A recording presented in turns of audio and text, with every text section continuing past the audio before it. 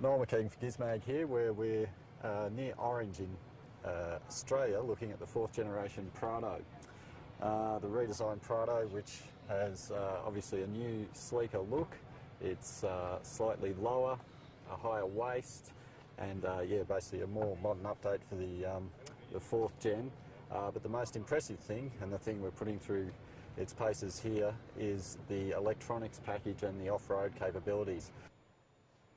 The first leg of our test was on sealed roads, where the dynamic suspension system, which is designed to reduce roll in corners while still soaking up the bumps on the rough stuff, definitely proved its worth. This is still a big, heavy vehicle with plenty of rubber for off-road adventures, so it's not what you'd call razor sharp, but it's definitely solid through turns and a world away from the four-wheel drives of the past when it comes to a comfy ride. It's also comfortable in terms of seating and steering wheel adjustment. Visibility is good for a vehicle of this ilk, and the cabin noise is very low. Over the rough stuff, which included a series of moguls, creek crossings and steep descents, the Prado doesn't put a foot wrong.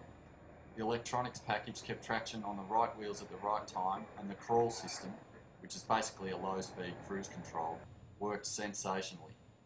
Crawl does create a lot of noise as it creaks and groans over the bumps, but with the luxury of taking both feet off the pedals and simply steering, it's quite easy to forgive that.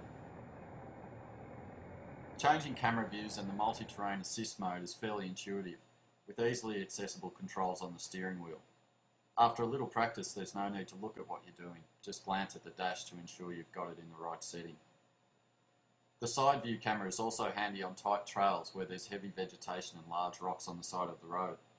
The suspension soaks up the bumps at higher speed and traction is maintained nicely through the trails, even where one side of the car was on a firmer surface and the other on loose gravel.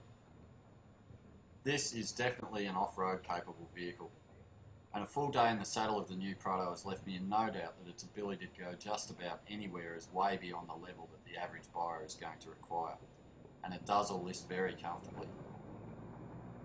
If anything, the worry is that it could get you too deep into difficult terrain, and getting out might not be so easy.